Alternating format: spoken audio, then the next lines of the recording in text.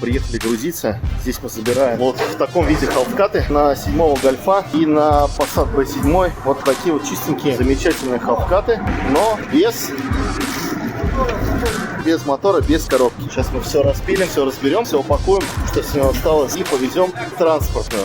Комплектуется таким набором газовщины, двери, крышка багажника, все чистенько, все в цвет. Вот такие комплекты в последнее время стали брать, они весьма интереснее.